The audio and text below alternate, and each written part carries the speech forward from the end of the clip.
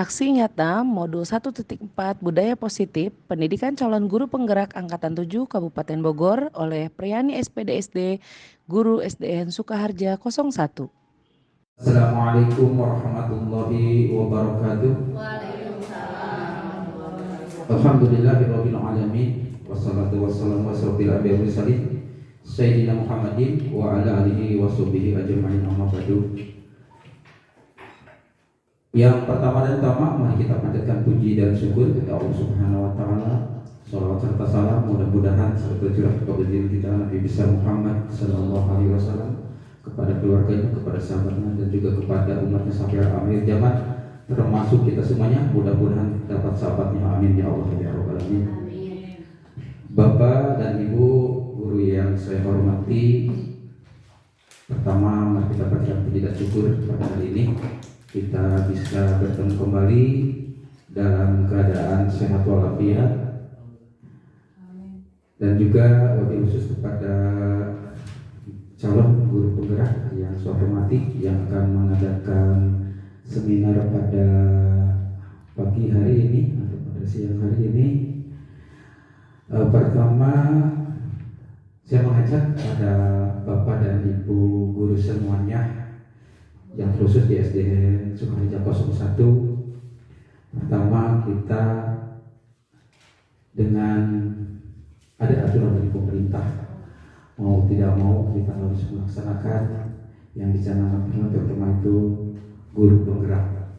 Pertama, saya ucapkan terima kasih kepada Ibu Priani yang sudah lolos di angkatan yang ke-7 pada hari ini. Insya Allah akan mengadakan seminar. Mudah-mudahan dalam pemaparannya diberikan kelancaran, amin ya Allah ya rabbal alamin. Dan juga alhamdulillah kepada Pak Yudi dan juga Ibu Puji menyusul untuk calon guru penggerak, dan juga saya memotivasi kepada Bapak dan Ibu guru semuanya, mau tidak mau kita dengan beredarnya perputaran zaman dan juga keadaan atau kemajuan di bidang pendidikan, mau tidak mau kita harus mengikutinya.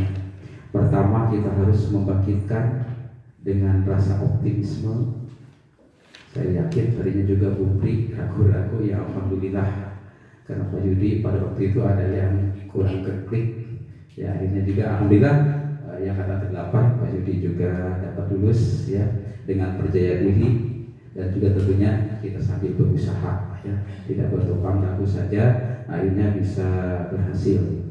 Nah, melalui kemudian modal berusaha kita bisa berhasil dalam kegiatan atau mengikuti calon guru penggerak ini, karena oleh pemerintah dicanangkan CGP adalah merupakan persyaratan untuk menjadi calon kepala sekolah. Nah, itu perlu diketahui oleh Bapak dan Ibu guru semuanya. Pertama, Ibu Pri ini pada hari ini dia sebagai guru penggerak di dalam modul 1.4, yaitu tentang penerapan budaya positif di sekolah. Kemudian yang merupakan tugas seminar kepada rekan sejawat terutama di SDN Sukaharja 01 ini untuk mengadakan seminar. Untuk itu Bapak dan Ibu saya minta kesediaannya untuk mengikuti seminar ini dengan sebaik mungkin, untuk nanti kita juga bisa melaksanakan rekan-rekan kita yang nanti untuk calon guru penggerak yang lainnya.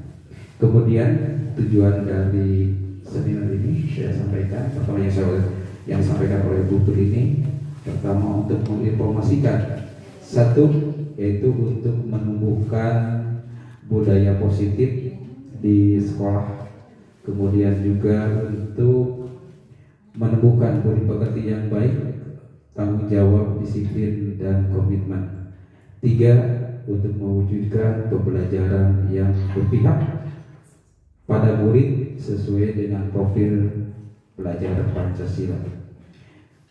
Semoga apa nanti yang akan disampaikan oleh publik modul 14 ini, yaitu budaya positif, nantinya bisa berjalan dengan lancar. Amin ya Allah ya Rabbal Alamin. Dan juga semoga kegiatan ini dapat bermanfaat untuk penerapan budaya positif, terutama di SDN kita untuk kedepannya, yaitu di SDN Sukaharja 01. Untuk selanjutnya kepada Ibu Pri yang akan menyampaikan paparannya untuk modul 14 tentang budaya positif, saya persilakan untuk seluas-luasnya.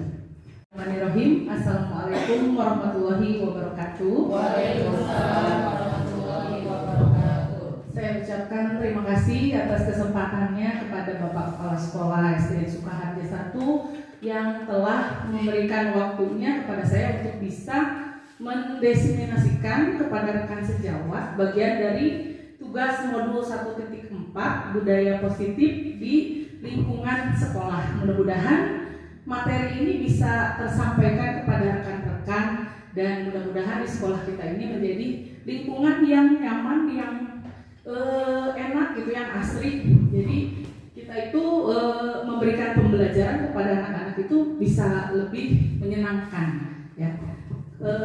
Saya juga mengucapkan terima kasih kepada Ibu dan Bapak guru, rekan-rekan atas kesempatannya, atas waktunya bisa mengikuti kegiatan ini. Mudah-mudahan kegiatan ini dapat berjalan lancar sampai selesai. Amin. Berikutnya yaitu tentang apa yang akan kita pelajari untuk hari ini, yaitu budaya positif.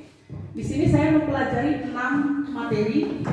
Yang pertama, disiplin positif dan nilai-nilai kebajikan universal. Kemudian kedua, teori motivasi, hukuman dan penghargaan serta restitusi. Ketiga, keyakinan kelas. Keempat, kebutuhan dasar manusia dan dunia berkualitas. Kelima, restitusi atau 5 posisi kontrol. 5 posisi kontrol ini yang kita alami sebagai guru. Guru itu ada 5 macam posisi yang mungkin tadi Bapak Kepala Sekolah paparkan. Kalau dulu guru itu bisa menghukum, mencubit kan, tapi kalau sekarang kan tidak bisa ya. Nah, disinilah kita akan mempelajari di mana kita posisi sebagai guru saat ini ya. Apakah kita akan menjadi guru penghukum, menjadi teman, menjadi pemantau, atau menjadi manajer. Dan yang terakhir tentang menyelesaikan masalah peserta didik dengan restitusi atau kegiatannya segitiga restitusi. Kemudian latar belakang dari kegiatan ini yaitu sekolah idealnya menjadi tempat yang aman dan nyaman bagi murid.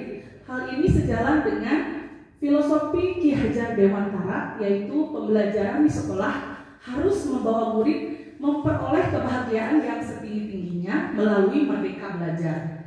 Dan salah satu cara yang dapat dilakukan adalah dengan membangun budaya positif itu ya. Budaya positif di sekolah dapat tercipta dengan membentuk keyakinan dan menerapkan segitiga restitusi. Dengan adanya keyakinan kelas disusun antara guru dan siswa, nanti kita akan belajar.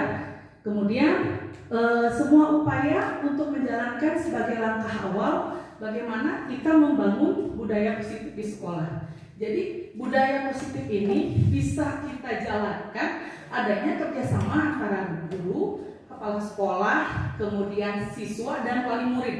Jadi makanya budaya positif ini sangat penting kita pelajari ya. Berikutnya tentang tujuan.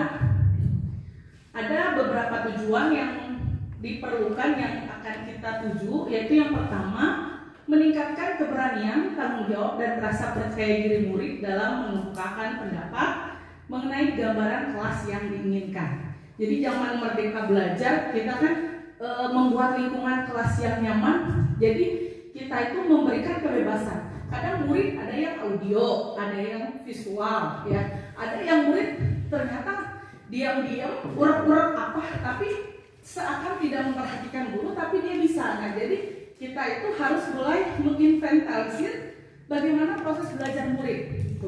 Kemudian menumbuhkan motivasi intrinsik murid, menumbuhkan budaya positif di lingkungan sekolah, mewujudkan pembelajaran yang berpihak kepada murid, kemudian menumbuhkan budi pekerti yaitu nilai tanggung jawab, disiplin dan komitmen. Terakhir, mengajarkan murid untuk mencari solusi dari suatu permasalahan. Ya, jadi agak panjang juga ya Ibu dan Bapak. Nah, yang pertama yang akan kita pelajari tentang budaya positif, disiplin positif, nilai-nilai kebajikan universal. Yang pertama, saya akan menerangkan tentang perubahan paradigma kegiatan kepalan tangan.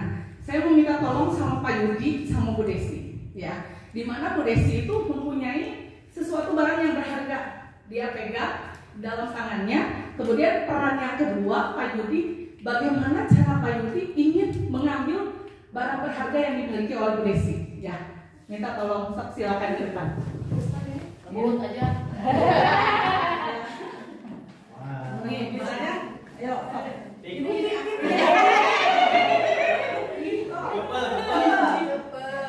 Nah, silakan berperan bagaimana caranya Pak Yudi itu mendapatkan barang berharga ini.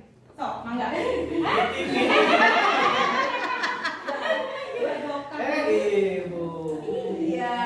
Guru apa Bu? Boleh, Bu. Oh, Boleh. Boleh, Bu. Boleh jadi Bu Desi. Oke.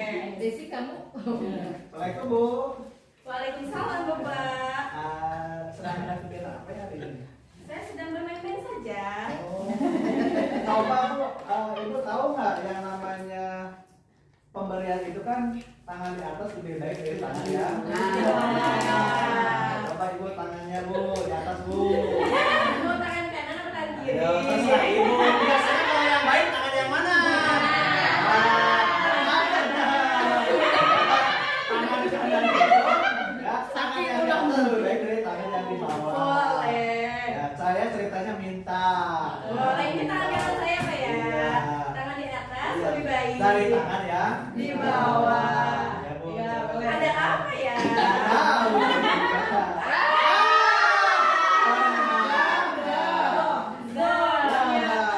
Mungkin kalau cara baik-baik tidak bisa, Pak Yudi akan dengan cara apa? Oh. Yeay.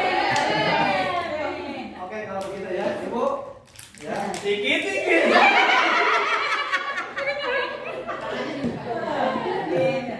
Bagaimana nih? Wah, saya paksa aja. Bisa. Saya paksa.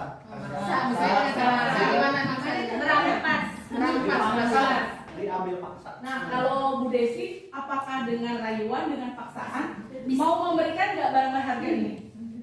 Saya tidak terlalu tertarik dengan rayuan. Apalagi ini sudah baik, maka akan saya berikan dengan ikhlas. Oke. Mudah dengan rayuan apa dengan paksaan, Bu Desi? Nah, rayuan. Rayuan. Oke. Ya, terima kasih kepada Bu Desi. Panggil lagi ya. Jadi ini ya Ibu dan Bapak. Di sini kan yang memegang kontrolnya adalah Bu Desi apa Pak Yudi? Yang memegang kontrol barang berharga itu siapa? Bu Desi. Yang ingin memberikan barang itu siapa? Bu Desi. Bu Desi. Dengan cara apa Pak Yudi? Dengan Rayu. Kemudian dengan sopan. bicara sopan. Akhirnya tidak merampas. tidak merampas. Akhirnya Bu Desi kan memberikan. Dengan Karena pilihan oh udah nih saya kasihkan aja. Jadi yang memegang kontrol itu adalah diri sendiri. Ya, kita juga sebagai guru yang menjadi kontrolnya power di kelas adalah guru itu sendiri. Nah, inilah maka ketika kita bisa dalam teori kepalan tangan ya bervariasi sekali. Ada yang Bu Desi mungkin lemah, udah kasihin aja gitu kan, kasihan. Tapi ada juga yang bersikukuh, ini barang saya nggak mau main kasih sama dia. Nah itulah jadi kepala fungsinya itu ternyata setiap kita itu masing-masing punya kebutuhan. Tidak bisa kita sengaja memberikan tanpa ada kebutuhannya ya. Yang berikutnya, nah perubahan paradigma ini dari Dr. William Glasser yaitu tentang teori kontrol atau teori pilihan, di mana Bu Desi itu mengontrol dirinya sendiri atau mungkin karena dengan cukup rayuan dia beli barangnya, atau bisa juga dia dengan paksaan dia memberikan ya. Di sini dalam teori paradigma Dr. William ada ilusi bahwa guru yang mengontrol murid. Betul, karena kan di dalam kelas guru yang mengontrol bagaimana pembelajaran secara efektif itu kan guru ya. Kedua, bahwa ketika guru itu dikritik dan membuat orang lain merasa bersalah itu dapat menguatkan karakter. Ketiga, ilusi bahwa semua penguatan positif, efektif, dan bermanfaat. Yang ketiga adalah ilusi bahwa orang dewasa itu memiliki hak untuk memaksa. Ini merupakan teori dari Dr. William Glasser tentang teori kontrol diri.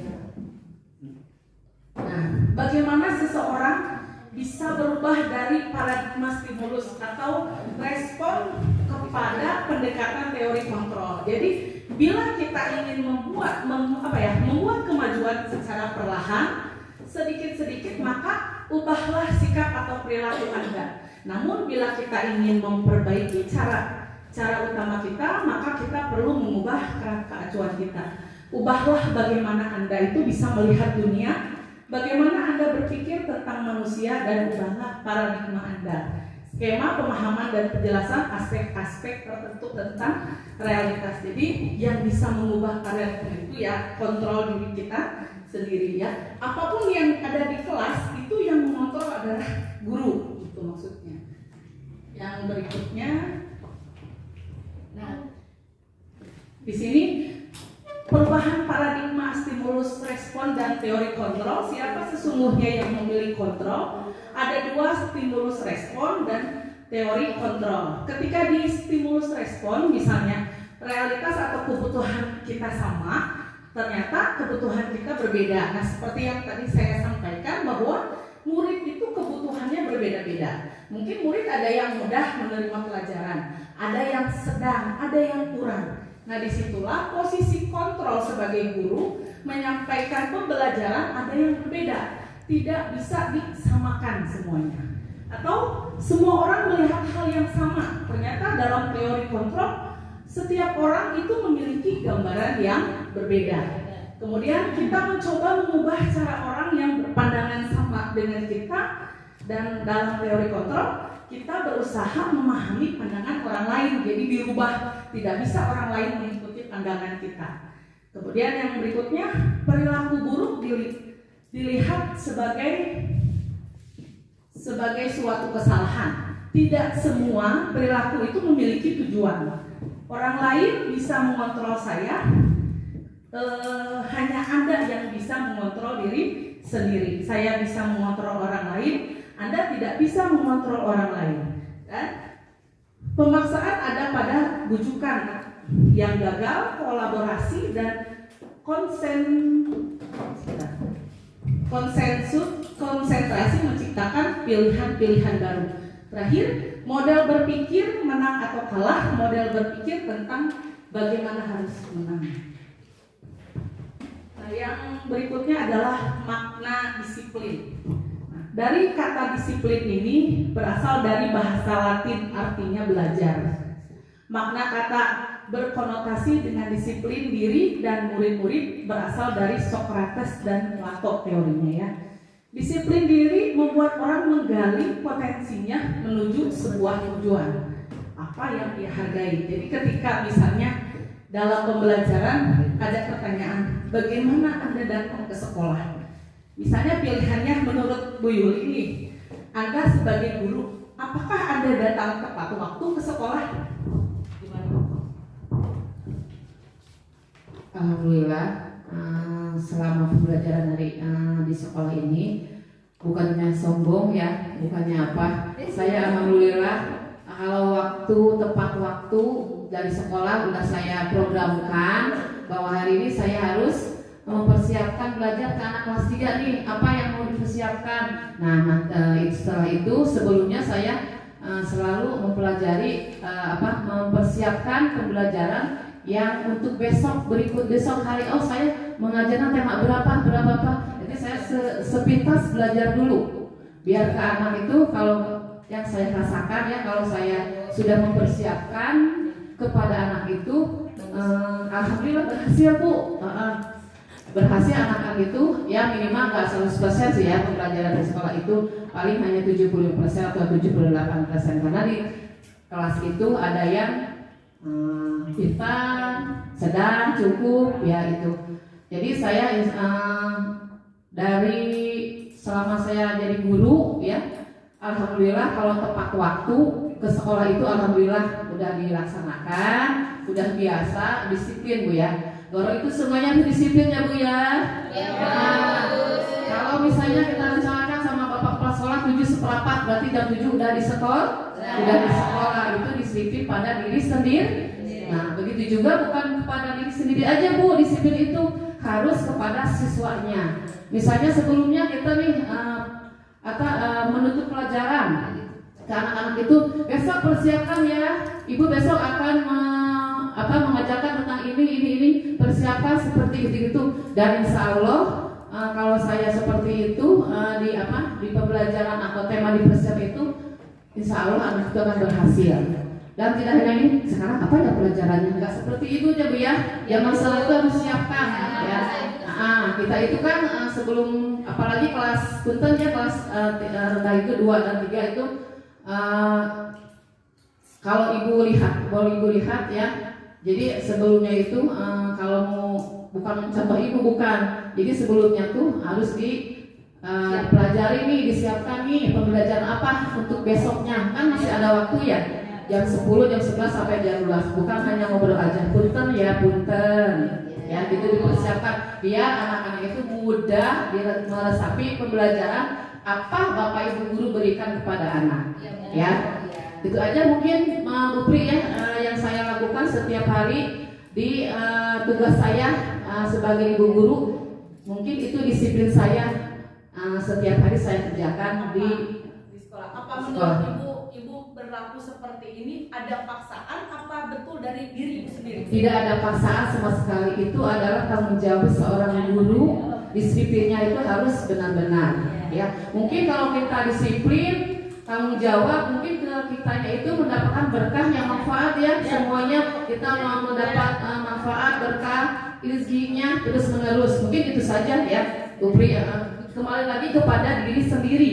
Apakah itu bisa kita disiplin diri sendiri?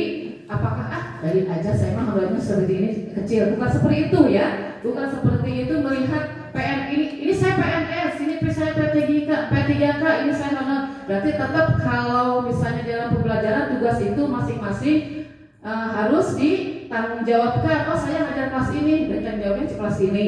Jadi bukan pada biar saya Bu Yuli mah disiplin, bukan. Berarti pada disiplin itu diajarkan kepada diri sendiri, bukan melihat orang lain. Itu ya yang saya terapkan di diri saya. Mungkin itu saja Bu Pri ya. Terima kasih banyak Ibu.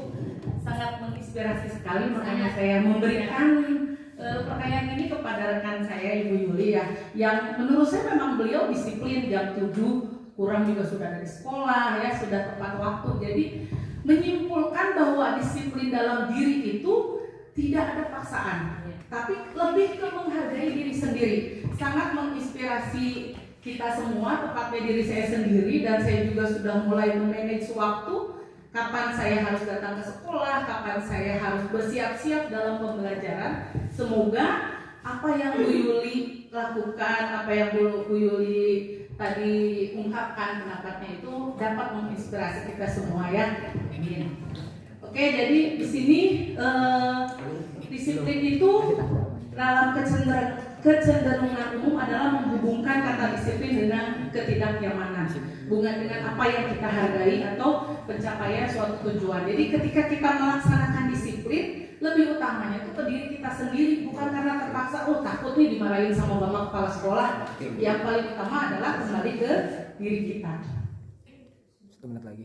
Nilai-nilai kebajikan universal. Nilai-nilai kebajikan ini adalah sifat-sifat positif manusia yang merupakan tujuan mulia yang ingin dicapai setiap individu. Nilai-nilai tersebut bersifat universal dan lintas bahasa, suku bangsa, agama maupun latar belakang. Jadi yang nilai-nilai yang akan kita tanamkan kepada peserta didik, kepada murid, yaitu nilai-nilai yang berkaitan dengan implementasi kurikulum merdeka. di mana ada profil pelajar Pancasila. Itu sudah mencakup nilai beriman, bertakwa kepada Tuhan Yang Maha Esa dan berakhlak mulia, mandiri, bernalar kritis, berkebinekaan global, bergotong royong dan kreatif. Jadi nilai-nilai ini yang harus kita sebagai guru tanamkan kepada peserta didik atau kepada murid.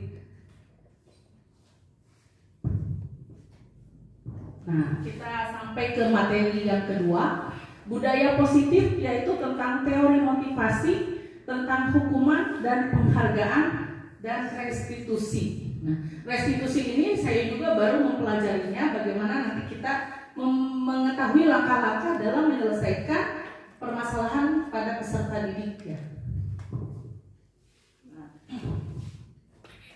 motivasi perilaku manusia. Mari kita tanyakan diri kita sendiri, bagaimana kita berperilaku. Mengapa kita melakukan segala sesuatu itu? Apa motivasinya? Jadi sama tadi kembali ke yang makna disiplin yang dilakukan oleh teman kita, rekan kita, Ibu Yuli, bahwa ketika melakukan disiplin motivasinya lebih ke menghargai diri, ingin berkah, bekerja tepat waktu, disiplin itu kembali ke motivasi ya. Apakah kita melakukan sesuatu karena adanya dorongan dari lingkungan? Ya mungkin karena keterpaksaan.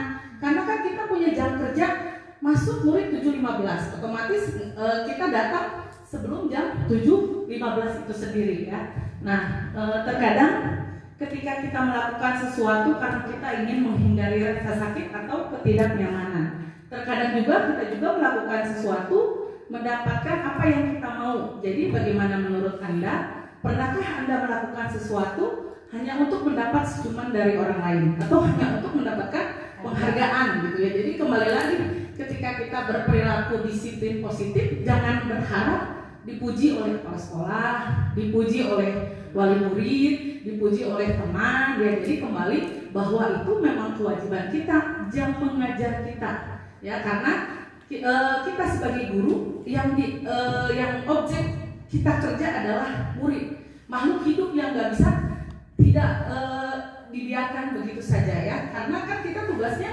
membentuk perilaku. Oke, berikutnya, nah di dalam teori motivasi perilaku manusia ada 3 hal. Yang pertama motivasi eksternal, motivasi internal. Ketika motivasi eksternal itu awalnya ingin menghindari ketidaknyamanan dari hukuman. Jadi ketika kita disiplin datang ke sekolah jam 7, ya itu karena kita nggak mau dihukum nanti nggak enak gitu ya. Kepada peserta didik juga, misalnya anak-anak 7.15 sudah di sekolah ya, walaupun kadang-kadang ada juga yang baru datang 7.20 nah, di sini ya. Kemudian yang kedua motivasinya juga untuk mendapatkan imbalan dari orang lain. Yang ketiga, yang lebih baiknya tujuan disiplin positif itu ya untuk menghargai diri kita sendiri gitu ya. Yang berikutnya, nah di dalam kurikulum Merdeka ada kata merdeka. Beliau ini yang menginspirasi implementasi kurikulum Merdeka ya. Menurut Ki Hajar Dewantara, merdeka itu artinya tidak hanya terlepas dari perintah, akan tetapi juga cakap buat memerintahkan diri sendiri. Jadi kembali, oh ini kewajiban kita, makanya kita berdisiplin diri. Nah ini menurut Ki Hajar Dewantara. Nah, kita di sini ada permasalahan. Saya bacakan dulu ya, nanti mohon respon dari teman-teman. IPA kurang menguasai pelajaran matematika, sehingga pada saat pelajaran tersebut berlangsung, dia lebih banyak berdiam diri atau menggambar di buku pelajarannya. Pada saat guru matematikanya, Pak Seno, menanyakan pertanyaan IPA menjadi gugup dan tak sengaja menjatuhkan tasnya dari kursi, serta tiba-tiba menjadi gagap pada saat berupaya menjawab.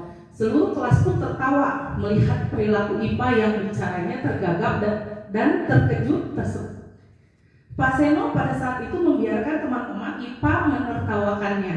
Kemudian IPA yang tergagap dan malunya luar biasa, dan malahan minta IPA untuk maju ke depan dan berdiri di depan kelas sambil menunjuk hidungnya karena tidak bisa menjawab pertanyaan Pak Seno. kelas makin gaduh dan anak-anak pun tertawa melihat IPA di depan kelas memegang ujung hidungnya. Ya, mudah-mudahan ini tidak terjadi di kita.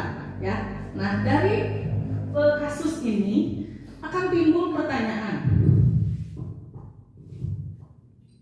Nah, yang ingin saya tanyakan, apakah Anda setuju dengan tindakan Pak Seno terhadap IPA? Mungkin Bu Dewi? Menurut saya tidak setuju ya Bu atas tindakan yang dilakukan oleh Pak Seno karena alasannya yang pertama karena tindakan itu tidak baik untuk kesehatan mental anak. Karena kalau misalnya dilakukan seperti itu, anak akan merasakan kalau bisa Inggris itu nantinya akan anak itu menyebabkan tidak mau masuk sekolah, keesokan harinya karena diperlakukan seperti itu oleh gurunya sendiri. Nah, Pak Seno pun membiarkannya kan, membiarkan itu terjadi kepada muridnya. Mungkin dari saya itu saja. Nah, menurut Ibu nih, tindakan Pak Seno terhadap IPA adalah sebuah hukuman atau konsekuensi? Menurut saya itu sebuah hukuman, tetapi tidak boleh dilakukan dalam kelas. Ya, karena memang terima kasih banyak Bu Dewi. Ya mungkin itu akan membuat mental anak itu down ya, gitu ya. Jadi trust issue kalau zaman sekarang bahasanya. Karena anak itu pasti kan trauma, malu paling utamanya. Saya dibikin begini sama Pak Guru, bikin saya malu. Mungkin pikiran si guru itu ingin supaya dia kapok. Ternyata penghukum seperti itu salah. Ya, itu merupakan hukuman biasanya ketika kita memberikan hukuman kepada murid secara spontan. Mungkin perasaan Pak Seno ketika pembelajaran itu lagi kurang nyaman hatinya, gitu kan ya. Jadi bisa lagi kesal, jadi emosionalnya dia memberikan hukuman yang membuat anak, yang membuat mental anak itu mentalnya jadi kurang bagus. Nah, itu tadi dihukum oleh penghargaan. Di sini ada teori ya dari Alficon tahun 93 bahwa penghargaan itu berlaku sama dengan hukuman. Dalam arti meminta atau membujuk seseorang melakukan sesuatu untuk memenuhi suatu tujuan tertentu dari orang yang meminta atau membujuk.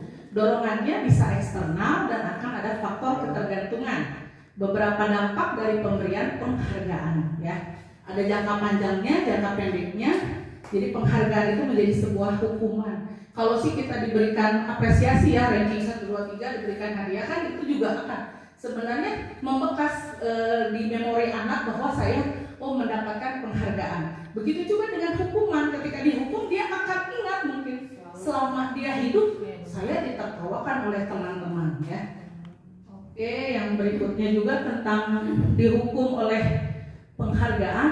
Saat kita berulang kali menjadikan hadiah kepada anak-anak agar berperilaku bertanggung jawab, atau kepada murid agar mempelajari sesuatu yang baru, atau kepada karyawan agar melakukan pekerjaan yang berkualitas, kita sedang berasumsi mereka itu tidak dapat melakukannya atau mereka tidak akan memilih untuk melakukannya. Dimana misalnya, jadi kadang-kadang kita misalnya dulu memberikan penghargaan yang berlebihan kepada anak, memberikannya ya. Yang selanjutnya, oke, di sini tentang bentuk program kebajikan apresiasi. Jadi ada beberapa bentuk kita sebagai guru bisa mengapresiasi kepada murid. Bisa dengan pengakuan secara khusus, pengakuan secara pribadi, pengakuan kepada semua murid secara bergantian, pengakuan secara konsisten maupun fokus pada proses. Jadi guru itu baiknya jangan hanya memuji anak yang pintar. Jadi kalau terlalu misalnya, ayo anak-anak tuh kayak dia sudah beres. Nah, bukan hanya sebagai motivasi teman yang lain. Justru anak yang lain juga menunggu penghargaan dari gurunya. Bisa secara pribadi, secara khusus. Ketika anak yang lambat sudah beres, nak pintar. Mudah-mudahan di pembelajaran yang selanjutnya cepat beres ya, jangan lambat lagi. Nah itulah, jadi anak itu, murid itu mempunyai hak untuk mendapatkan penghargaan. Baik anak yang sedang, anak yang kurang. Jadi karena kita sebagai guru harus melihat semuanya, jangan hanya aspek yang kita senangi, ya pintar aja gitu ya. Nah, di sini adalah contoh-contoh apresiasi dalam kebajikan. Nah, di sini masih masuk ke nilai-nilai universal tadi. Contohnya di sini kemarin saya perhatikan rasa empatimu besar sekali ketika situasi pada saat menolong murid di kelas kita. Jadi ketika kita memberikan penghargaan kepada murid, diupayakan guru menanamkan nilai-nilai kebajikan itu sendiri ya. Contohnya mungkin di sini nilai kebajikannya rasa empati. Kemudian saya menghargai kepedulianmu. Situasinya pada saat kamu membantu teman-teman di tugas kelompok. Terus terima kasih untuk rasa tanggung jawabmu pada saat kamu memungut kertas-kertas yang berserakan di lantai. Jadi ketika melihat anak, kita mengapresiasi kepada anak, hendaknya guru menanamkan nilai-nilai kebajikan ini. Ya, ini dicontohkan.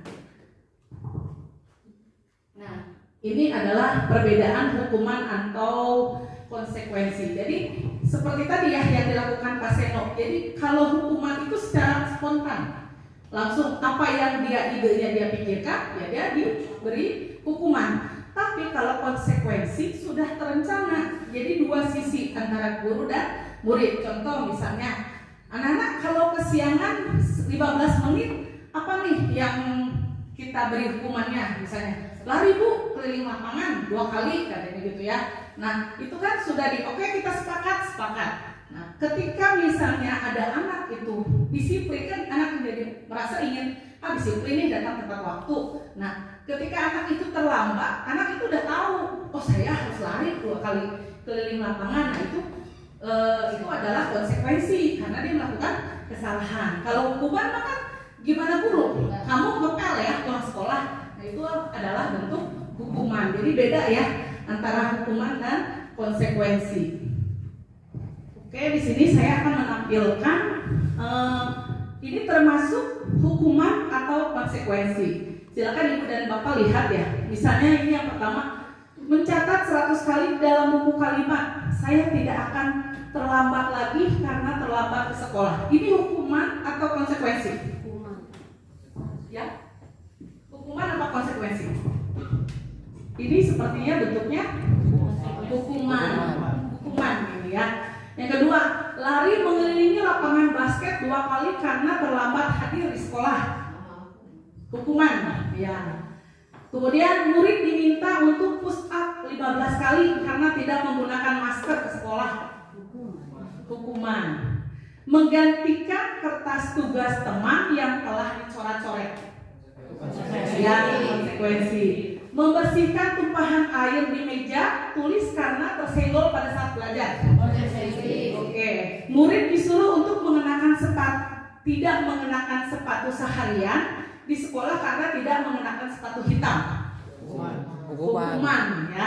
Kemudian lari mengelilingi lapangan basket 2 kali karena terlambat 10 menit untuk pelajaran PJOK.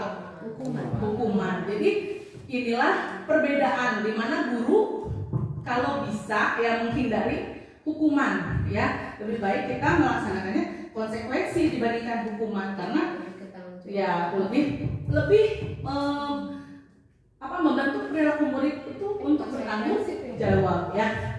Ini yang terakhir konsekuensi. Oke, berikutnya.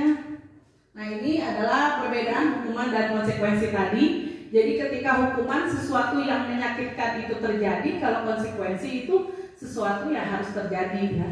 Membuat anak sakit atau fisik secara maupun hati untuk jangka waktu yang lama. Kalau konsekuensi bedanya membuat anak merasa tidak nyaman dalam jangka waktu pendek.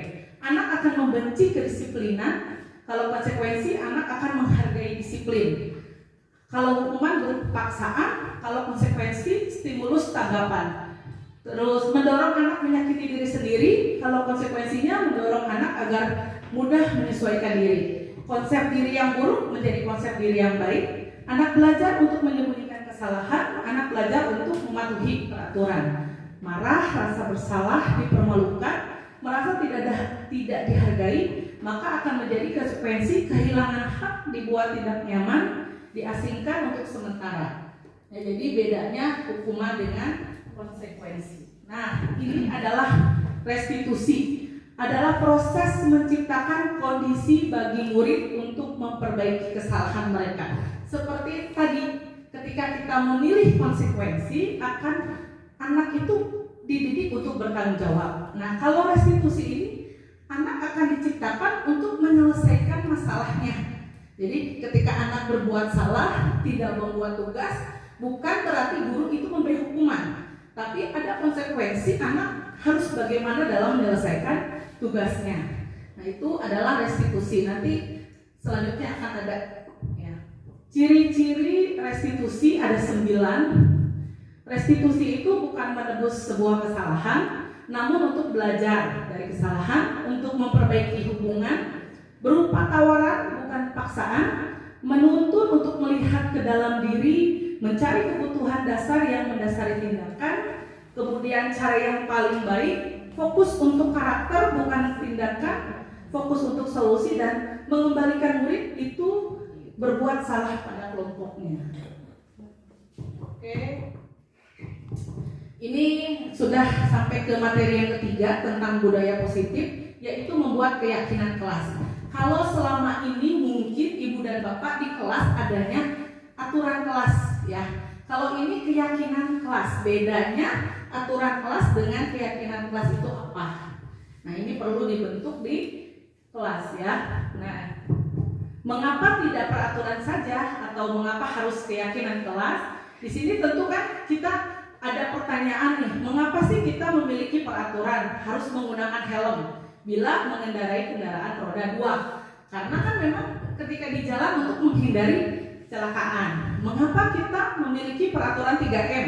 Menggunakan masker, mencuci tangan, menjaga jarak 1,5 meter ketika pandemi untuk mengurangi penularan COVID, ya. Mengapa kita memiliki peraturan yang harus datang tepat waktu pada saat mengikuti pelatihan? Ya, untuk membentuk diri disiplin. Jadi untuk mendukung motivasi intrinsik ini, kita akan kembali ke nilai-nilai keyakinan. Lebih menggerakkan seseorang dibandingkan mengikuti serangkaian peraturan-peraturan. Nah, ibu dan bapak bisa melihat di sini yang mana merupakan keyakinan kelas, yang gambar pertama atau gambar sampingnya. Bisa dipilih. Ini kesepakatan kelas, ini kesepakatan kelas juga. Mana yang keyakinan kelas? Yang gambar A atau gambar sebelahnya? Yang pasti A. Yang A atau yang sebelahnya? Ada keyakinan kelas. Jadi kesepakatan kelas ini dibuat antara guru dan murid di kelas itu. Contohnya, datang tepat waktu, kemudian mengucapkan salam, menjaga kebersihan sekolah, berdoa, kesepakatan kelas. Yang ini kesepakatan kelas. Kalau yang keyakinan kelas adalah yang sebelahnya. Mengapa? Karena dalam keyakinan kelas ada nilai-nilai universal tadi. Untuk apa? Penanaman karakter kepada murid. Ya, di sini ada nilai menyayangi. Kami guru dan murid harus saling menyayangi. Kemudian kami murid yang semangat, kami murid yang peduli. Nah, jadi kata menyayangi, semangat, peduli itu adalah karakter yang harus ditanamkan kepada murid, ya. Lanjut. Nah, ibu dan bapak, saya meminta untuk menjawab nilai-nilai kebajikan apa, ya. Contoh nih, selalu mengembalikan buku ke tempatnya. Nilai kebajikannya apa? Apakah disiplin? Disiplin. Apa komitmen? Disiplin. Dilarang mengganggu orang lain. Nilai juga. Bisa menghormati orang lain, itu kan nilai kebajikan juga, ya. Hadir di sekolah 15 menit sebelum pembelajaran dimulai. Disiplin dan tanggung jawab. Ya, betul, disiplin, tanggung jawab, komitmen murid mungkin, ya. Kemudian dilarang melakukan kekerasan. Menyayangi itu kan. Boleh saling keras. Mungkin mengajarkan budaya antri atau bersabar, ya. Kemudian menggunakan masker, disiplin. Terus jangan berlari di kelas atau koridor, disiplin. Oke, kita lihat selanjutnya. Nah, ini sebenarnya dengan kata-kata ini, peraturan ini, keyakinan kelas yang ingin dibentuknya, tanggung jawab ketika anak murid itu mengembalikan buku pada tempatnya. Ketika tidak mengganggu orang lain, mungkin menghormati orang lain, hadir tepat waktu di sekolah itu komitmen karena ada aturan.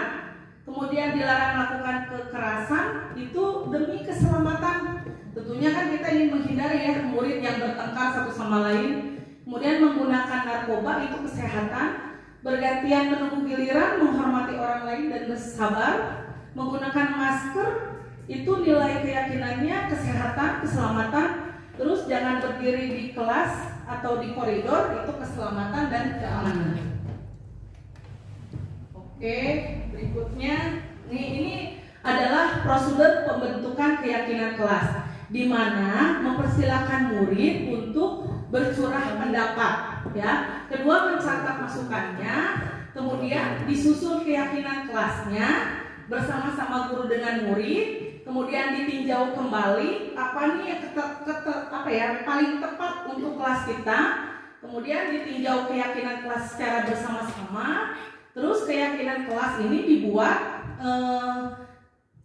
dan disetujui oleh guru dan murid. Jadi keyakinan kelas ini disimpan di dinding kelas. Nah, ini yang saya lakukan.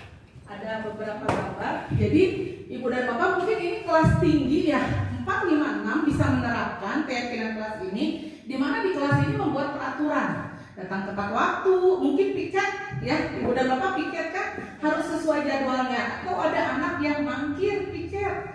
Nah, ini keyakinan kelas ini masing-masing anak memberikan aspirasi. Setelah ada dikelompokkan mana yang sejenis, kemudian ditawarkan kepada anak-anak apakah anak-anak ini bisa menjalankan, bisa. Nah, itu dipilih keyakinan kelas itu disetujui oleh murid dan guru. Jadi kenapa pentingnya keyakinan kelas? Ini bentuk demokrasi antara guru dengan murid, bukan sepihak. Guru yang mengatur, kamu datang terlambat, misalnya pulang sekolahnya piket. Nah, itu hal yang salah gitu ya.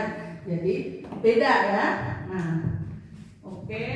Nah, kita sudah ke materi yang keempat, yaitu tentang kebutuhan dasar manusia. Kita di sini memiliki 5 kebutuhan dasar ya, Ibu dan Bapak. Nah, menurut William Glasser, nanti ada pertanyaan pemantik ini, Ibu dan Bapak akan saya share video untuk bisa nanti mengetahui ya dari soal ini. Ibu Ambar, guru wali kelas 2A di SD Pelita Hati, sedang bingung menghadapi ulah satu murid di kelasnya namanya Doni. Beberapa anak di kelas 2A telah datang padanya dan mengeluh Doni yang seringkali meminta bekal makan siang mereka dengan paksa. Jika Anda menghadapi situasi seperti Ibu Ambar, apa yang akan Anda lakukan?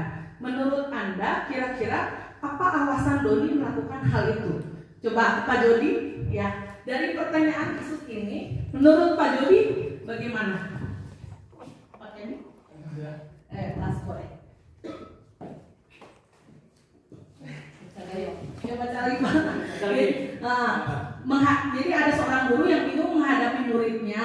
Muridnya itu punya kasus Doni ini sering minta bekal makan siang dengan paksa kepada teman lain. Nah, jika Bapak menghadapi kasus seperti ini, apa yang akan Bapak lakukan? Baik, kalau menurut saya akan menegurnya dengan cara yang halus gitu. Itu aja. Dan mungkin gini ya Pak, kita menanyakan alasan. Kenapa sih ini nak kamu apa kamu tidak mau jajan, apa kamu memang belum makan. Nah, nanti di antara pertanyaan-pertanyaan itu, jadi kita akan mengetahui kebutuhan dasarnya anak itu apa yang tidak terpenuhi, makanya dia berbuat seperti itu ya. Oke, saya akan tampilkan sebuah video.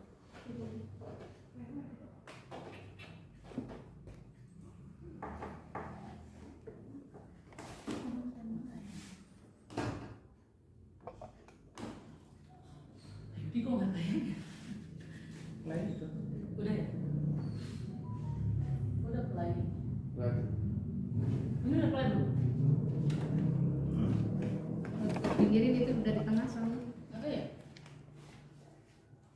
saja ibu dan bapak guru hebat untuk membangun budaya sekolah yang positif dengan lingkungan yang aman dan mendukung murid untuk menjadi pribadi yang berdaya, seimbang, dan bahagia. Salah satu upaya yang dapat dilakukan oleh guru adalah memahami kebutuhan dasar yang mendasari perilaku murid.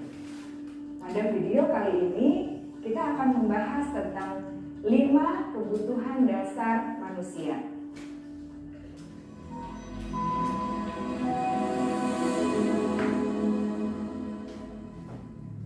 Ki Hajar Dewantara dalam salah satu kutipannya menyatakan, kita ambil contoh perbandingannya dengan hidup tumbuh-tumbuhan. Seorang petani dalam hakikatnya sama kewajibannya dengan seorang pendidik yang menanam padi misalnya. Hanya dapat menuntun tumbuhnya padi. Ia dapat memperbaiki kondisi tanah, memelihara tanaman padi, memberi pupuk dan air, membasmi ulat-ulat atau jamur-jamur yang mengganggu hidup tanaman padi, dan lain sebagainya.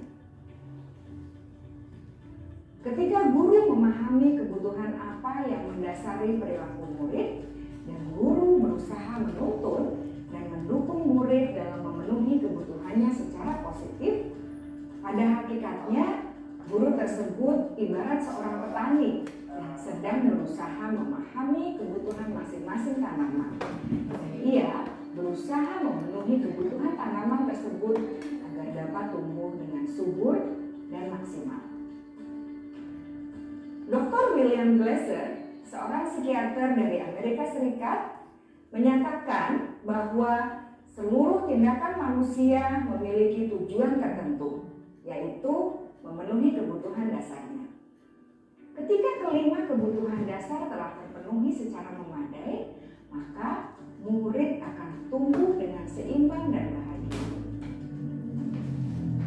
Sebaliknya, ketika kebutuhan dasar tidak terpenuhi dengan baik, maka seseorang akan mengalami emosi negatif seperti bosan, sedih, dan kecewa.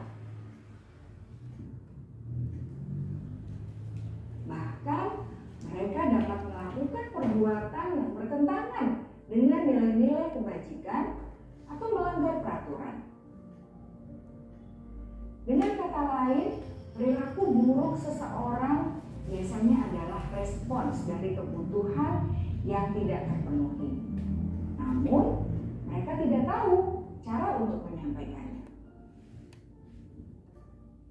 Ada 5 kebutuhan dasar manusia menurut Dr. William Glasser, yaitu yang pertama, kebutuhan untuk bertahan hidup atau survival.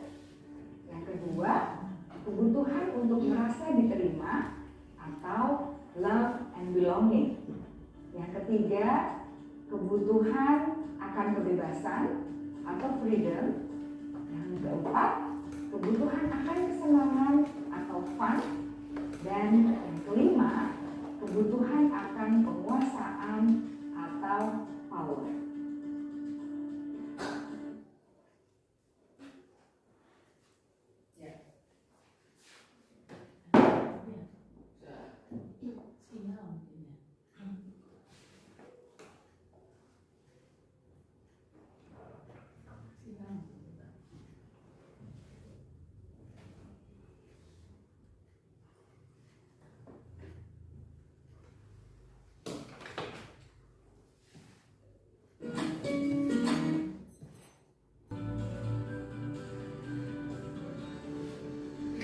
Kebutuhan yang keempat, Ibu dan Bapak, dari video tadi menyampaikan bahwa kebutuhan dasar manusia itu ada 5.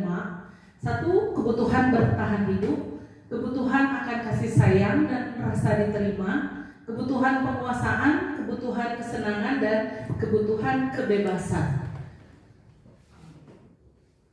Di mana kebutuhan bertahan hidup itu merupakan kebutuhan yang bersifat fisiologis untuk bertahan hidup, misalnya kesehatan, rumah, dan makanan. Kebutuhan biologis sebagai bagian dari proses reproduksi, termasuk juga kebutuhan untuk tetap bertahan hidup. Komponen psikologis Pada kebutuhan ini meliputi kebutuhan akan perasaan aman.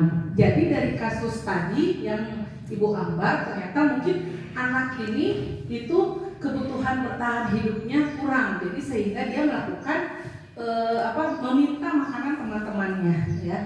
Kebutuhan yang kedua adalah kebutuhan kasih sayang dan rasa diterima, di mana kebutuhan ini juga masuk ke dalam kebutuhan psikologis yang kebutuhan ini untuk disayangi, diterima, meliputi kebutuhan akan hubungan dan koneksi sosial. Kebutuhan ini memberi dan menerima kasih sayang dan kebutuhan untuk merasa menjadi bagian dari suatu kelompok. Kebutuhan yang ketiga adalah penguasaan, berhubungan dengan kekuatan untuk mencapai sesuatu, menjadi kompeten, menjadi terampil, diakui atas prestasi, keterampilan kita didengarkan dan memiliki rasa harga diri. Kebutuhan yang keempat adalah kebebasan. Kebutuhan kebebasan adalah kebutuhan akan kemandirian, otonomi, memiliki pilihan dan mampu mengendalikan arah hidup seseorang. Anak-anak dengan kebutuhan kebebasan yang tinggi menginginkan pilihan. Mereka perlu banyak bergerak, suka mencoba-coba, tidak terlalu terpengaruh orang lain dan senang mencoba hal baru dan menarik. Kebutuhan yang terakhir adalah kebutuhan untuk merasa senang. Kebutuhan akan kesenangan adalah kebutuhan untuk mencari kesenangan, bermain, tertawa, bayangkan hidup tanpa kenikmatan apapun betapa menyedihkan. Jadi Ibu dan Bapak, kita sebagai guru harus melihat 5 kebutuhan dasar ini dalam menghadapi permasalahan dengan murid, ya. Ketika ada permasalahan, kita lihat dulu kebutuhan apa nih yang kurang, kebutuhan apa yang tidak terpenuhi. Nah, di situ dengan tahu kebutuhan itu nanti kita bisa menyelesaikan masalah. Jangan sampai kita sebagai guru langsung menghukum, ya. Itu paling tidak boleh, ya. Oke. Nah, di sini adalah dunia berkualitas, di mana dunia anak-anak itu dia merasa nyaman, nah, dalam pikirannya, sehingga ketika dalam pembelajaran anak-anak bisa lebih mudah. Jadi kita harus menciptakan dunia berkualitas ini dalam pembelajaran di sekolah, ya. Iya. Nah, ini disiplin positif restitusi 5 posisi kontrol. Ini materi sebenarnya yang paling inti Ibu dan Bapak, karena kita harus mengetahui posisi kita sebagai guru itu di mana, ya. Saya juga waktu pembelajaran ini ditanya, Ibu posisi kontrolnya sebagai guru apa? Saya berbicara, saya baru memposisikan diri saya sebagai teman. Mungkin karena saya mengajar di kelas 6 dan menganggap murid-murid anak kelas 6 itu sudah mulai beranjak remaja, ya. Jadi harus memposisikan saya sebagai teman mereka.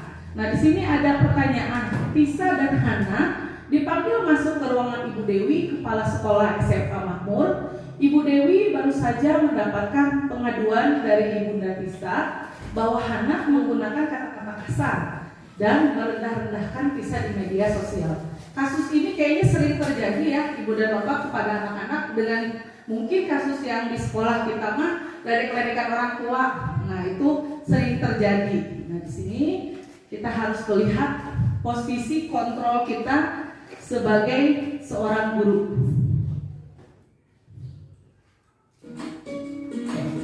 Berikut adalah penjelasan bagaimana 5 posisi kontrol. Ini yang paling penting, poin pentingnya di sini. Dalam penerapan disiplin positif restitusi, salah satu program yang dikembangkan adalah 5 posisi kontrol.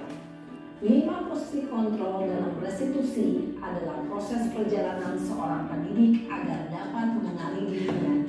Pada video kali ini, kita akan membahas tentang 5 posisi kontrol yang dikembangkan oleh Diane Lawson dan contoh penerapannya.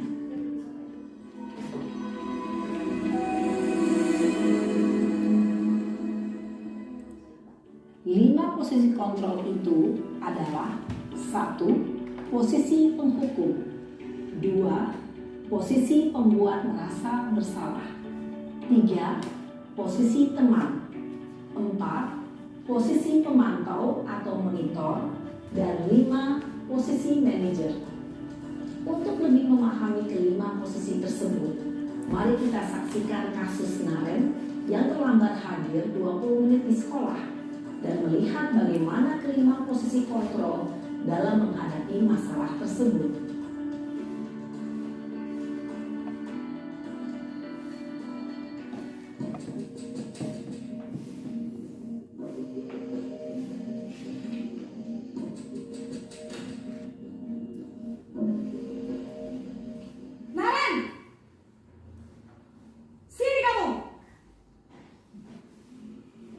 Selamat pagi, Bu.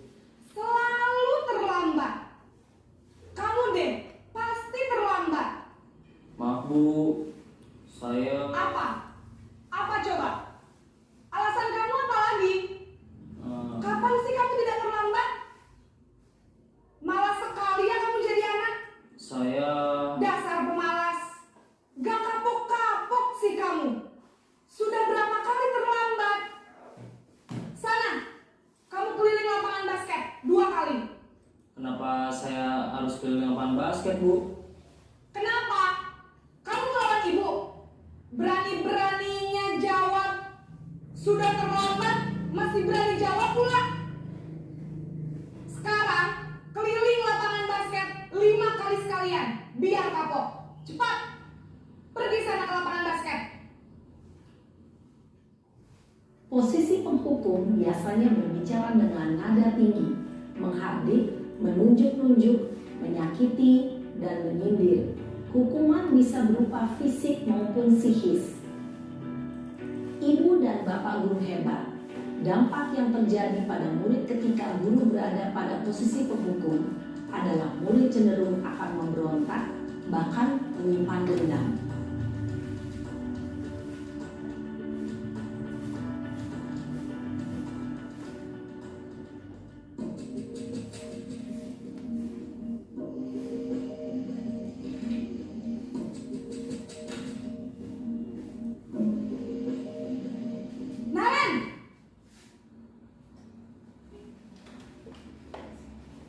Selamat pagi, Bu. Naren. Kamu kenapa terlambat lagi, nak? Ya Tuhan, Naren. Kamu senang ya bikin ibu susah ya? Kalau kamu terlambat lagi, nanti ibu yang ditegur bapak kepala sekolah, nak. Disangka ibu tidak bisa membina kamu. Duh, gimana ini? Maaf, Bu. Duh, Gusti Naren. Kamu suka ya kalau ibu ditegur bapak kepala sekolah?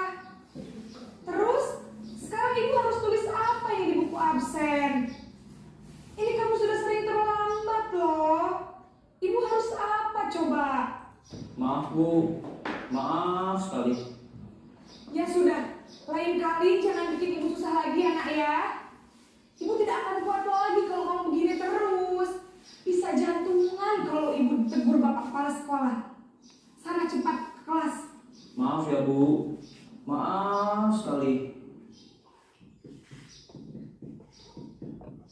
Posisi pembuat rasa bersalah berbicara dengan nada tenang, cenderung lembut. Namun kata-kata yang diutarakan membuat murid merasa menjadi orang yang gagal. Memandang buruk dirinya sendiri, merasa tidak berharga, dan tidak sanggup membahagiakan orang lain. Ketika guru mengambil posisi pembuat rasa bersalah, murid akan menganggap dirinya yang bersalah dan ia akan menyimpan emosi negatif tersebut di dalam dirinya.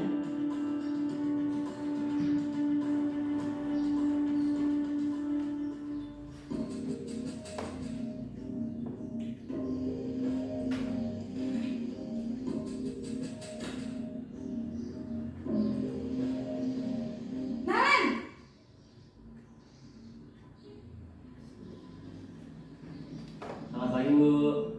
Wah, sudah jam berapa ini, nak? Terlambat lagi ya, sayang? Iya, Bu. Habis ibu saya lupa bangunkan saya, Bu. Kamu malah menyalahkan ibu kamu. Kamu bukannya anak yang larinya paling kencang. Kok terlambat sih?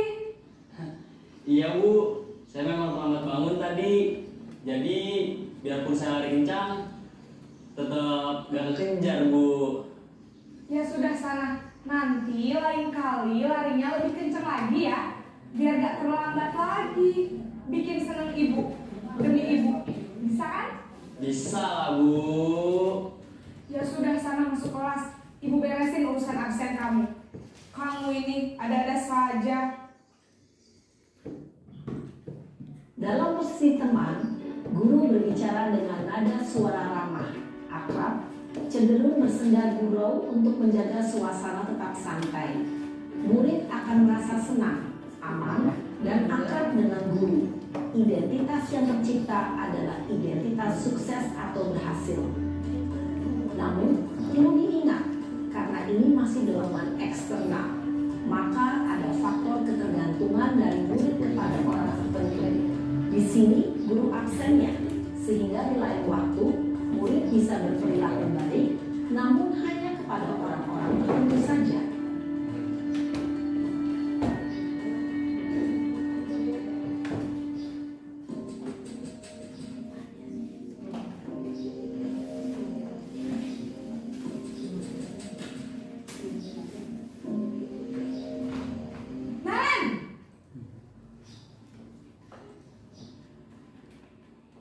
Selamat pagi, Bu. Naren, apa peraturan sekolah kita tentang jam berapa kita harus masuk sekolah, Nak? Kita harus di sekolah jam 7, Bu. Iya betul, sekarang sudah jam 7.20. Naren sudah tahu konsekuensinya jika terlambat hadir. Paham, Bu. Saya harus tinggal kelas pas jam istirahat selama 20 menit. Iya benar, konsekuensinya demikian. Jadi nanti jam 9.30 pas istirahat, kamu harus tinggal di kelas, kerjakan tugas tambahan untuk ketertinggalan kamu, ya? Baik, Bu. Posisi pemantau mengandalkan penghitungan atau data untuk mengontrol murid. Guru mengarahkan murid berdasarkan peraturan dan konsekuensi. Seorang pemantau menunjukkan bahasa tubuh dan ekspresi wajah yang datar dan cenderung formal.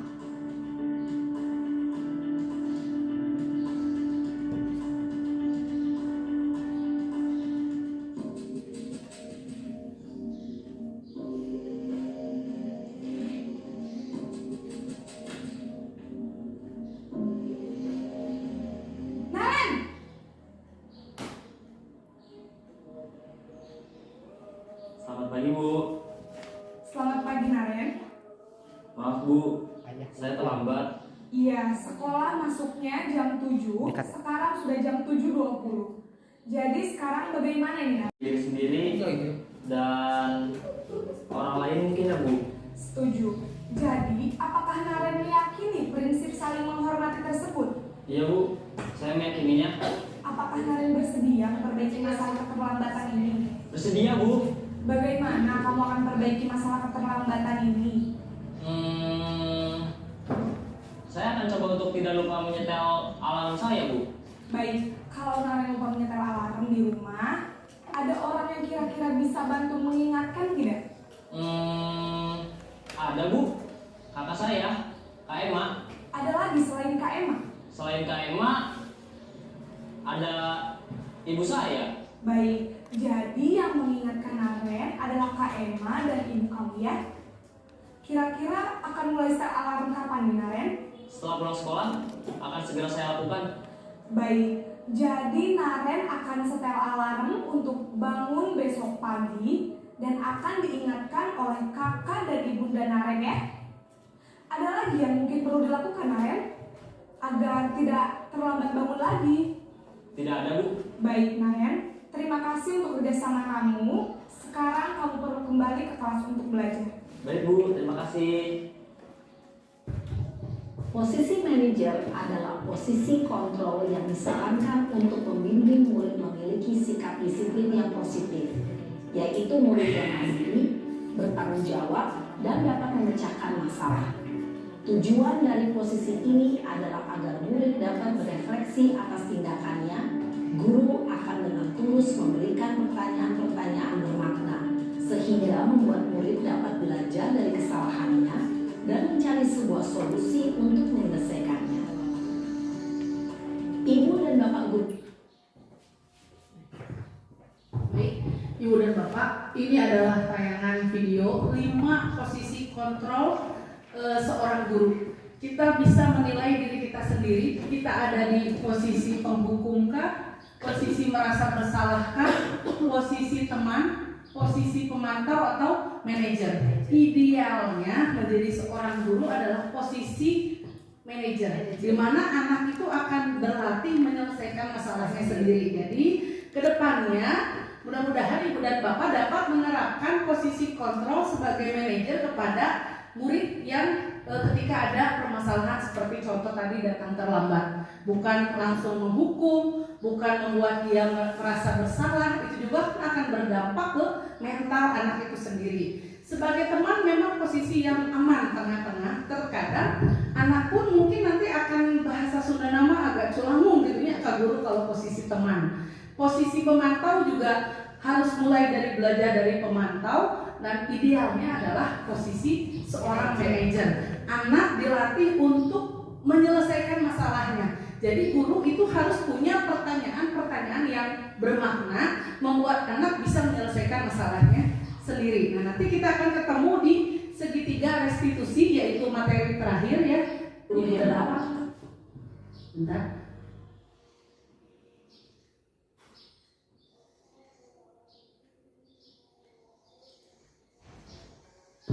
Ini adalah materi terakhir, yaitu segitiga restitusi. Bagaimana kita bisa menyelesaikan permasalahan di dalam kelas dengan murid ya. Contohnya nanti akan saya contohkan.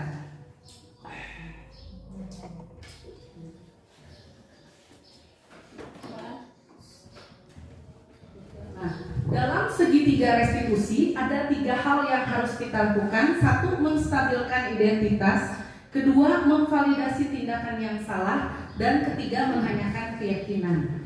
Ya, kemudian apa sih menstabilkan identitas itu? Seperti bagian ini di mana anak-anak mengubah identitas anak menjadi orang yang gagal karena melakukan kesalahan menjadi orang yang sukses. Contohnya ketika guru berkata berbuat salah itu tidak apa-apa, atau tidak ada manusia yang sempurna. Saya juga pernah melakukan kesalahan seperti itu. Jadi ini contoh kalimat di mana kita menstabilkan identitas. Kemudian yang kedua adalah validasi tindakan yang salah, yaitu tujuannya memenuhi kebutuhan dasar. Kalau kita memahami kebutuhan dasar yang mendasari tindakan anak itu, maka kita akan menemukan cara yang paling efektif untuk memenuhi kebutuhan itu. Jadi bentuk kalimatnya ada misalnya, padahal kamu melakukannya lebih buruk dari ini ya, atau kamu pasti punya alasan mengapa kamu melakukan hal itu. Terus kamu patut bangga pada dirimu sendiri karena kamu telah melindungi sesuatu yang penting buatmu. Nah, yang ketiga yaitu menanyakan keyakinan. Ketika identitas sukses telah tercapai di langkah 1 dan 2, maka akan ada menanyakan keyakinan. Di sini nilai-nilai yang dia percaya. Ketika guru berkata, kamu mau menjadi orang seperti apa? Atau apakah kamu ingin menjadi orang yang sukses, bertanggung jawab, atau bisa dipercaya? Berikut adalah saya sudah bagian dari tugas, yaitu melaksanakan segitiga restitusi. Sudah saya lakukan di sekolah, ada kasus, mungkin ini bisa dijadikan contoh ya Ibu dan Bapak. Waalaikumsalam, Anggi dan Herlan. Ini Anggi dan Herlan ceritanya tidak menyelesaikan pembelajaran agama. Kenapa ya? Kita tidak mengerjakan tugas ibu dan mengobrol ketika pelajaran agama. Nah, Ibu tahu tidak ada manusia yang sempurna, pasti pernah melakukan kesalahan. Ibu mau tahu nih, apa alasan kalian melakukan hal itu tadi? Karena sedang membicarakan yang baru, Bu, karena mengobrol tugasnya tidak selesai dikerjakan. Nah, Ibu mau tahu nih, apa resikonya ketika kalian melakukan hal tadi? Dipukul, Bu, dipanggil orang tua dan ketinggalan pelajaran, Bu. Nah, menurut kalian berdua, apa yang harus kalian lakukan untuk mempertanggungjawabkan perbuatan kalian? Mengerjakan pelajaran yang tertinggal, Bu. Harus dan tidak mengobrol ketika guru sudah menerangkan. Oh, nah berarti Anggi dan Herlan siap melakukan hal itu? Iya, Bu.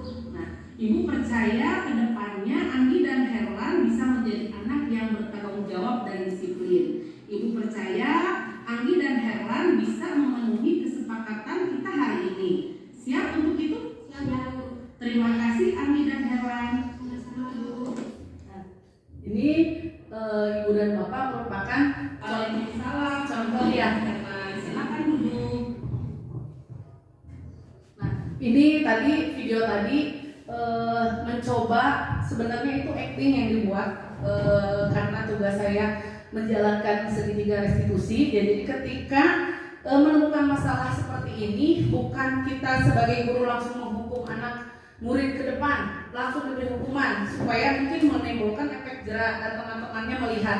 Nah ternyata cara seperti itu akan membuat mental dia juga down, mental anak itu, dan teman-teman mungkin akan mengejek, menertawakan. Jadi ketika ada permasalahan, alangkah baiknya guru itu memanggil di tempat yang berbeda, di waktu yang berbeda, dan melatih anak untuk bertanggung jawab, menemukan solusi permasalahan yang dia lakukan.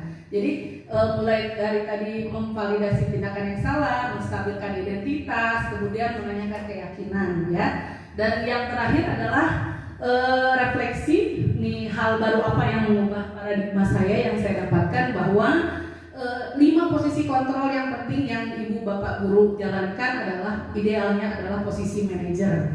Jadi dimana kalau kita menilai diri kita sendiri yang masih menghukum, guru penghukum, guru pembuat rasa bersalah. Nah, semoga dengan kita pembelajaran ini menginspirasi bahwa kita sebagai guru harus dalam posisi kontrol seorang manajer. Kemudian perasaan apa yang muncul selama mengikuti sesi ini, khususnya mengenai makna disiplin, bahwa disiplin ini tadi yang dicontohkan dari pengalamannya Ibu Yuli, bahwa disiplin itu kembali ke diri kita sendiri, menghargai diri kita sendiri, bukan kita ingin dilihat orang lain, dipuji orang lain, apalagi dipuji oleh pimpinan.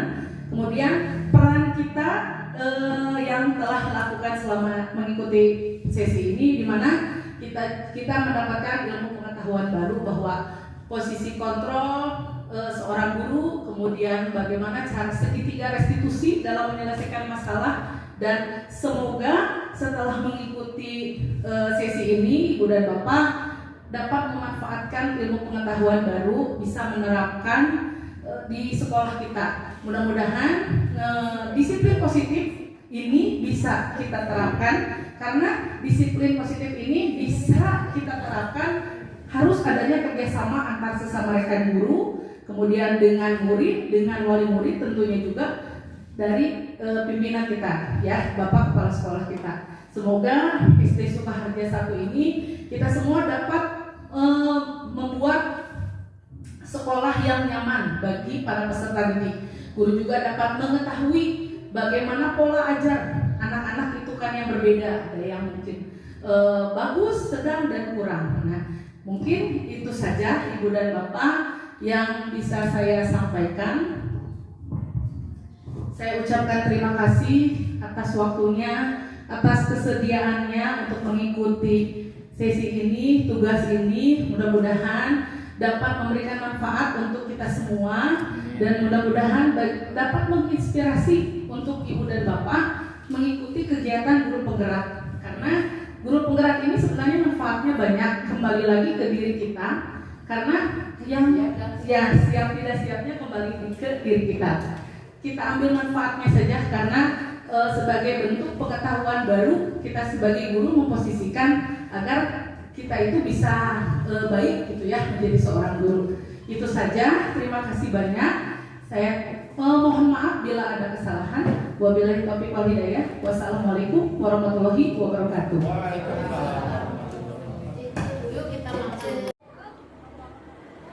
Assalamualaikum warahmatullahi wabarakatuh. Saya Obay SPD, Kepala Sekolah SDN Sukaharja 01. Saya ucapkan terima kasih kepada Ibu Priani yang telah mendiseminasikan materi tentang budaya positif di sekolah SDN Sukaharja 01. Semoga kedepannya dapat menerapkan lingkungan yang positif di sekolah kita.